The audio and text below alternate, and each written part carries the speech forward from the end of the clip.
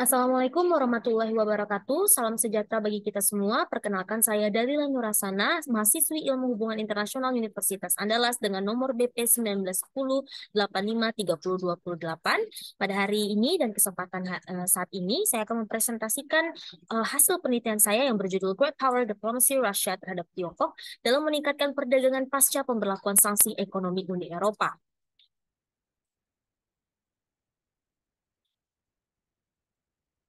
Baik, sejak Rusia menjadi aktor utama dalam menciptakan krisis di Ukraina, Rusia mengalami sebuah hambatan perdagangan yang mengancam kondisi perdagangannya lewat pemberlakuan dua fase sanksi ekonomi oleh Uni Eropa. Sanksi ekonomi ini telah menciptakan penurunan terhadap perdagangan Rusia sebesar 33,6%, di mana hal ini terjadi pada tahun 2015 sampai 2016. Pada November 2016, Rusia kemudian memberlakukan kebijakan Great Power Diplomacy ke Asia dengan negara prioritasnya Tiongkok. Hal ini dilakukan Rusia untuk mendapatkan pendapatan ekspor yang telah hilang dari pendapatan ekspor oleh Uni Eropa. Nah, dalam hal ini, atas dasar tekanan Uni Eropa terhadap aktor negara lainnya termasuk Tiongkok, Tiongkok telah memberikan pernyataan bahwa ia akan tetap menghindari segala kegiatan atau tindakan yang mampu menurunkan efektivitas sanksi Uni Eropa terhadap Rusia. Namun, tingkat perdagangan Rusia dan Tiongkok kian meningkat 78,4% dari tahun 2017 sampai 2022, yang artinya pernyataan Tiongkok ini telah menjadi kontradiktif bagi aksinya. Dalam hal tersebut, posisi kemitraan Uni Eropa dapat tergantikan dengan Tiongkok, di mana sebesar 54% pendapatan ekspor Rusia didapatkan dari Tiongkok. Pendapatan ekspor tersebut telah membantu dalam menambah arus kas Rusia setelah Uni Eropa memotong pembelian dan mengeluarkan Rusia dari sistem perbankan global yang telah menciptakan peningkatan berkelanjutan terhadap neraca perdagangan Rusia pada tahun 2017 sampai 2022. Pada penelitian ini dapat didapatkan rumusan masalah, di mana pasca pemberlakuan sanksi ekonomi oleh Uni Eropa terhadap Rusia atas krisis di Ukraina, Rusia telah memperlakukan kebijakan peralihan pasar dengan menggunakan penerapan Great Power Diplomacy terhadap Tiongkok untuk meningkatkan perdagangannya. Melalui penerapan Great Power Diplomacy ini, Tiongkok bersedia untuk membantu memperbaiki krisis perdagangan Rusia melalui peningkatan kerjasama dagang, terlepas dari adanya prinsip Tiongkok atas dasar tekanan Barat untuk tidak melakukan pelanggaran sanksi ekonomi dan tidak memihak Rusia. Great Power Diplomacy kemudian berhasil membawa hubungan dagang antara Rusia dan Tiongkok mencapai tingkat yang belum pernah terjadi sebelumnya. Oleh karena itu, keberhasilan Great Power Diplomacy Rusia terhadap Tiongkok dalam meningkatkan perdagangan yang menjadi hal yang menarik untuk diteliti. Masuk ke dalam pertanyaan penelitian, kemudian bagaimana strategi Great Power Diplomacy Rusia terhadap Tiongkok dalam meningkatkan perdagangannya pasca pemberlakuan sanksi ekonomi Uni Eropa? Tujuan penelitian memiliki tujuan untuk menganalisis strategi Great Power Diplomacy Rusia terhadap Tiongkok dalam meningkatkan perdagangannya pasca pemberlakuan sanksi ekonomi Uni Eropa. Pada penelitian ini memiliki dua manfaat. Yang pertama, manfaat teoritis. Penelitian ini diharapkan dapat berkontribusi dalam disiplin ilmu hubungan internasional, terutama dalam bidang ekonomi politik global, yang mengaplikasikan diplomasi dalam mencapai kepentingan ekonomi suatu negara. Manfaat praktis, penelitian ini diharapkan dapat membantu Kementerian Luar Negeri dan Kementerian Perdagangan Republik Indonesia dalam menjalankan tahapan maupun aktivitas Great Power Diplomacy dan membantu pemerintah dalam memahami keadaan ekonomi politik Rusia serta penerapan diplomasinya. Sehingga pemerintah dapat menentukan perilaku dalam menjalankan hubungan kerjasamanya dengan Rusia. Dalam penelitian ini didapatkan referensi atau studi pustaka dari yang pertama adalah Charles R. Barrick dengan judul Economic Sanction as Stated Policy or Just Another Barrier to Free Trade. Theo Peterson dan Thomas Schwab, Trade Sanctions, Effects and Side Effects. Eva Pia Sanchez dengan judul The European Union Sanction Regime on the Russian Federation from 2014 to 2022. Ari Rian Anggara dengan judul Strategi Rusia menghadapi sanksi ekonomi Amerika Serikat dan Uni Eropa pada tahun 2014 sampai 2015. Yang terakhir adalah dari referensi Teng Hua Liu dengan judul Russia's Foreign Policy over the Past 3 Decades, Change and Continuity.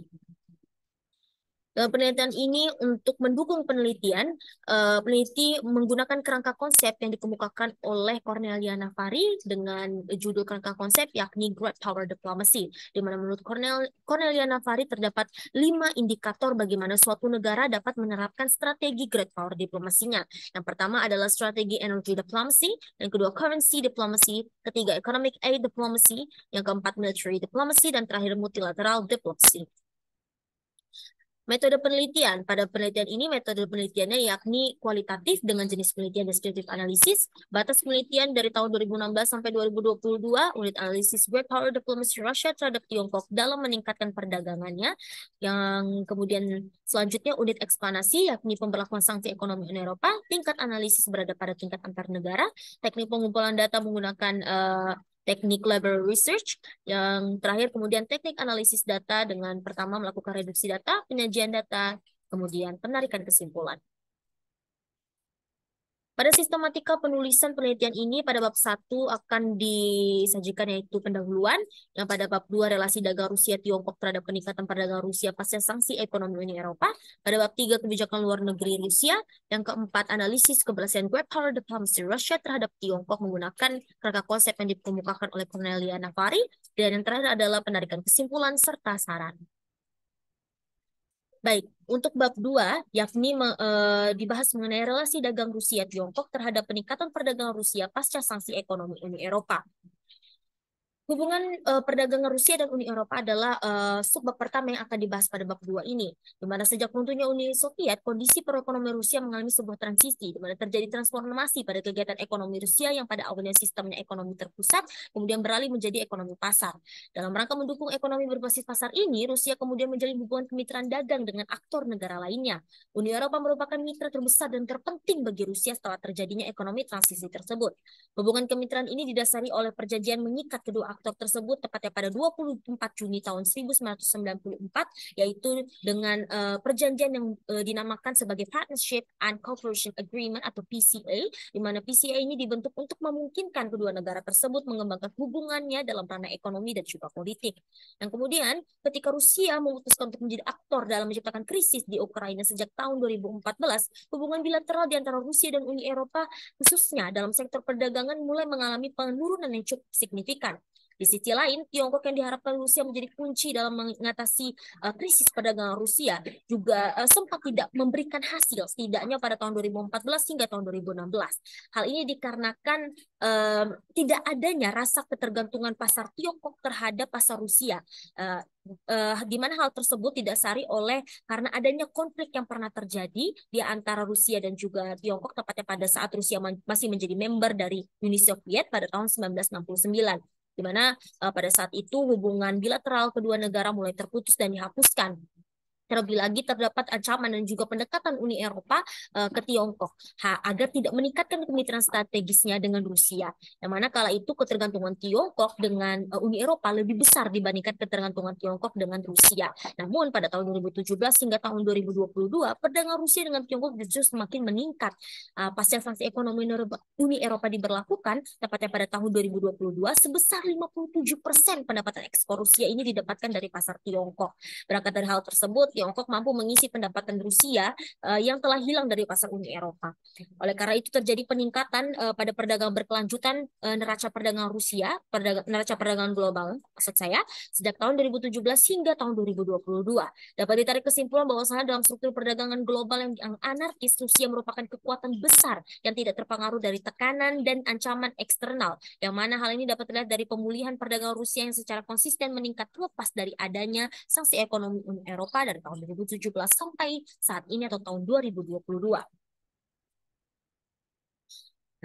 Masuk kepada bab 3 yaitu dibahas mengenai kebijakan luar negeri Rusia. Di mana hal ini dibahas untuk memungkinkan peneliti melihat bagaimana strategi yang ditanamkan di dalam kebijakan luar negeri Rusia itu sendiri. Nah, yang pertama adalah kebijakan luar negeri Rusia dari era Boris Yeltsin. Ini adalah sejarah sebelum adanya kebijakan terakhir Rusia yang ditujukan untuk mengatasi krisis perdagangannya. Yang pertama adalah kebijakan luar negeri Rusia era Boris Yeltsin tahun 1991 sampai 1999. Nah, yang Boris Yeltsin ini menerapkan yang namanya dalam kebijakan luar negerinya pro-Western diplomacy di tahun 1991 sampai 95. Alasan utama penerapan pro-Western diplomacy ini dilakukan karena Rusia berharap mendapatkan bantuan ekonomi berskala besar dari Barat untuk membiayai reformasi ekonomi dan juga politik Rusia. Selain itu, Rusia berharap bahwa Amerika Serikat dan Eropa dapat mendukung demokrasi politik dan reformasi ekonomi pesat di Rusia dalam upaya mengubahnya menjadi negara bangsa yang normal bagi masyarakat Barat. Yang kemudian Boris Yeltsin juga menerapkan yang namanya multilateral diplomacy di tahun 1996 sampai 2000. Penerapan diplomasi multipolar ini ditetapkan karena adanya ekspansi NATO ke arah timur yang mampu menimbulkan ancaman langsung terhadap keamanan Rusia. Rusia merasa bahwa hegemoni Amerika Serikat yang mengarah kepada sistem unipolar dapat mengontrol sistem internasional sesuai dengan kepentingan Amerika Serikat itu sendiri. Namun kebijakan ini gagal karena Rusia tidak cukup kuat untuk mengubah tatanan dunia. Jadi yang pada pro-Western diplomacy itu pro-Barat, kemudian ke multilateral diplomacy itu mulai mengurangi yang namanya hegemoni Barat. Yang kemudian adalah kebijakan luar negeri Rusia era Vladimir Putin tahun 2001 sampai 2008. Vladimir Putin menaruhkan program yang namanya Great Power Pragmatism Diplomacy pada tahun 2001 sampai 2004. Alasan utama pemerintah Putin menerapkan kebijakan luar negeri Great Power Pragmatism Diplomacy karena adanya kebutuhan mendesak Rusia untuk menyelesaikan masalah politik dan ekonominya dalam dalam negerinya dan adanya keyakinan Putin bahwa kepentingan nasional terpenting adalah modernisasi Rusia dan pertumbuhan ekonominya, bukan pada penahanan atau kekuatan Barat ya. Jadi di sini pada Great Power Pragmatism Diplomacy, Presiden Putin itu mengarahkan untuk Rusia untuk pro terhadap Barat dan mengurangi ketegangannya dengan Barat seperti itu. Nah, kemudian Putin juga kemudian mengeluarkan lagi kebijakan yang namanya Neo-Slavism Diplomacy pada tahun 2005 sampai 2008 yang mengacu kepada pendekatan Rusia dengan bangsa Slavia yang termasuk di dalam negara-negara anggota CIS atau Commonwealth Independent States. Nah, kemudian kebijakan luar negeri Rusia era Dmitry Medvedev pada tahun 2009 sampai 2013. Kebijakan ini dinamakan Stability and Cooperation Diplomacy, di mana kebijakan ini dilakukan Rusia untuk membangun kembali hubungan kerjasama Rusia dengan Amerika Serikat. Nah, yang terakhir adalah kebijakan luar negeri Rusia era Vladimir Putin pada tahun 2016 sampai 2023. Ketika Vladimir Putin menduduki jabatannya kembali sebagai Presiden Rusia, Rusia memutuskan untuk menganeksasi wilayah Ukraina yakni Crimea, tepatnya pada Februari 2014. Dan kemudian pada tahun 2022, Rusia melanjutkan tindakannya dengan menginvasi Ukraina. Nah, tindakan Rusia itu pun kemudian menimbulkan konsekuensi dari kontroversi antara Rusia dengan Barat. Pihak Barat termasuk Uni Eropa menetapkan sanksi ekonomi terhadap Rusia. Pada akhirnya Presiden Putin menandatangani kebijakan luar negeri baru dengan menggunakan Great Power Diplomacy sebagai respon atas krisis yang terjadi akibat penetapan sanksi ekonomi Barat tersebut, khususnya Uni Eropa terkait Ukraina. Nah, kebijakan Great Power Diplomacy ini dikeluarkan pada tahun 2016, tepatnya pada tanggal 30 November. Kebijakan ini di dalam Great Power Diplomacy, Rusia berharap untuk mengalihkan pasarnya yang awalnya tadi ke Barat atau Uni Eropa menjadi pasar yang berorientasi terhadap Asia, khususnya pada Tiongkok. Nah, untuk itulah kemudian ini yang menjadi suatu jaring bahwasannya ada tindakan Rusia yang mengarahkan pasarnya terhadap Tiongkok. Jadi ada peralihan pasar tadi. Nah, kemudian dalam rangka mencapai kepentingan nasionalnya ini, Rusia ini akan selalu menerapkan di dalam kebijakannya ini, di dalam Great Power Diplomasinya ini, yaitu respon untuk meningkatkan perdagangannya. Nah, pada bab 4 berangkat dari kebijakan luar negeri Rusia yang dinamakan Great Power Diplomacy atau bagaimana Rusia menerapkan strateginya terhadap Tiongkok untuk mengatasi krisis perdagangannya. Nah, Rusia ini menerapkan strategi berikut. Yang pertama adalah diplomasi energi Rusia terhadap Tiongkok. Dalam diplomasi energinya terhadap Tiongkok, Rusia menggunakan akses pengiriman energi dan subsidi harga berupa pemotongan harga jual energi terhadap Tiongkok, dan juga Rusia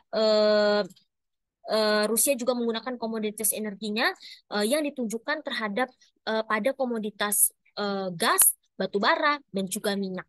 Nah, yang pertama akan dibahas mengenai secara signifikan mengenai pengiriman energi Rusia terhadap Tiongkok. Dalam rangka membuat pasar Tiongkok ini tertarik dengan energi Rusia dibandingkan dengan energi lainnya, layaknya Timur Tengah, pertama Rusia harus bisa memberikan penawaran berupa akses yang efisien bagi infrastruktur dalam alur perdagangan energi. Oleh karena itu, Rusia memutuskan untuk memperluas pasokan energinya terhadap Tiongkok. Yang pertama pada sektor minyak. Nah, pada komoditas minyak ini berdasarkan rencana kesepakatan pada tahun 2014, awalnya Rusia akan mengekspor sebanyak kurang dari 30 juta ton per tahun lewat yang namanya pipa Eastern Siberia Pacific Ocean atau ESPO. Namun di tahun 2017 Rusia dan Tiongkok bertemu, Gazprom menyetujui, maksud saya Rosneft menyetujui untuk mengirim minyak ke Rusia lewat ESPO, pipa ESPO menjadi 30 juta ton per tahun.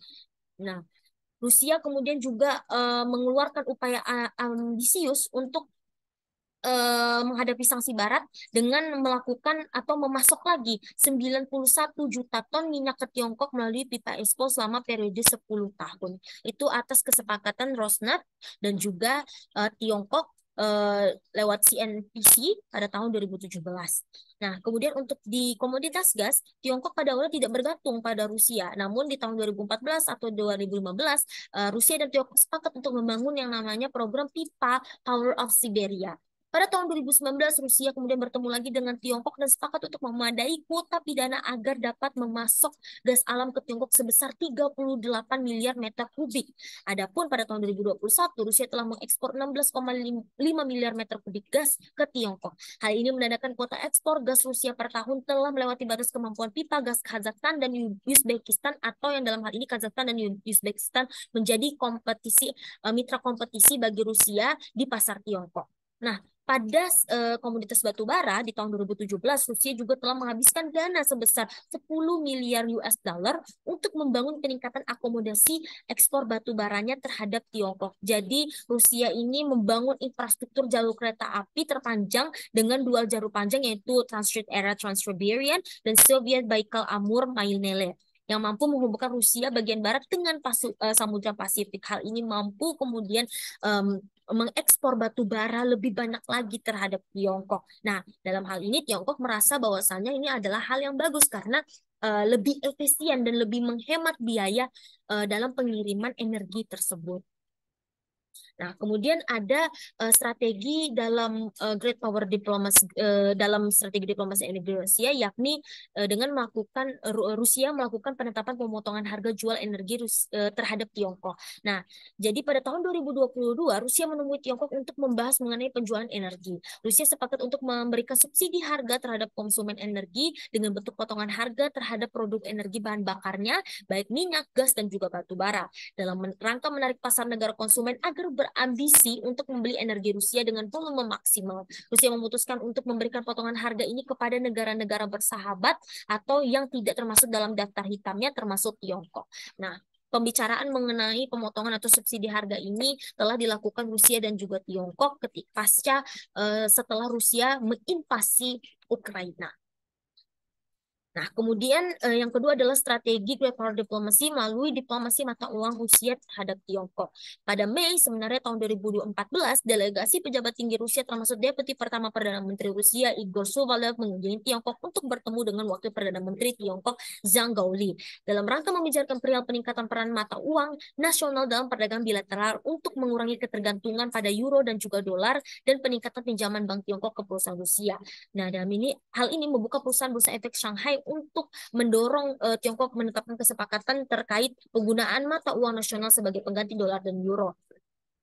Langkah tersebut dilakukan Rusia setelah adanya perang dagang. Sebelum itu penetapan untuk menggunakan mata uang nasional rubel dan juga yuan itu sebelumnya belum disepakati oleh Tiongkok. Namun di tahun 2019 Rusia kemudian kembali mendorong Tiongkok untuk menggunakan mata uang nasional, tepatnya setelah adanya perang dagang di antara Amerika Serikat dan Tiongkok. Nah, dalam hal ini Tiongkok yang merasa bergantung Tiongkok yang merasa ingin menghapuskan hegemoni Amerika Serikat kemudian menyetujui untuk menggunakan penggunaan mata uang nasional tersebut. Nah, pada tahun 2019, Tiongkok kemudian menyepakati penggunaan mata uang nasional, dan semenjak perjanjian penggunaan rubel dan yuan, total ekspor Rusia dalam mata uang dolar Amerika Serikat yang awalnya sebesar 80% pada tahun 2013 menjadi hanya sedikit lebih dari setengah dari total ekspornya yang diselesaikan dalam dolar. Hal ini dikarenakan ada peningkatan perdagangan dalam penggunaan rubel dan yuan. Penggunaan rubel dan yuan dalam perdagangan bilateral memungkinkan kedua negara untuk mengurangi risiko fluktuasi nilai tukar perdagangan dengan euro maupun dolar. Hal ini dapat mengurangi biaya transaksi dan mempermudah pelaku bisnis dalam melakukan perdagangan antara Rusia dan Tiongkok. Keuntungan tersebut dapat memberikan stabilitas dan kepastian bagi para eksportir dan juga importir Rusia juga Tiongkok, yang mana memberikan kontribusi yang cukup signifikan terhadap perbankan neraca perdagangan Rusia. Nah, jadi diplomasi mata uang Rusia terhadap Tiongkok dapat mengurangi ketergantungan Rusia pada mata uang asing euro dan Amerika Serikat dan dolar Amerika Serikat yang sempat memberikan kerugian dikarenakan sanksi yang telah diberlakukan, di mana Rusia sempat tidak bisa bertransaksi dengan menggunakan mata uang euro dan juga dolar.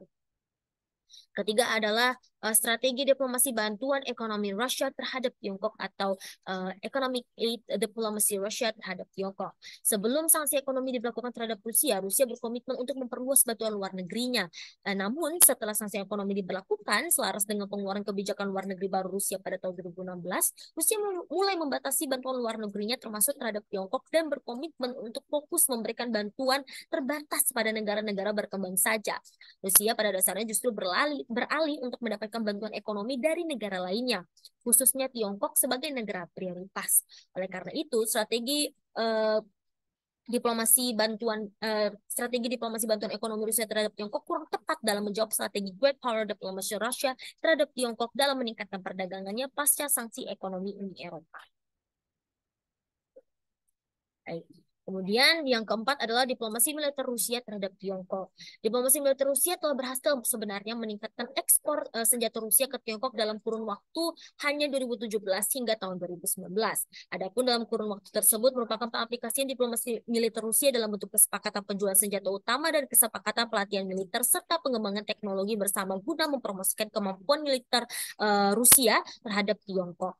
Mengenai bentuk diplomasi mengenai uh,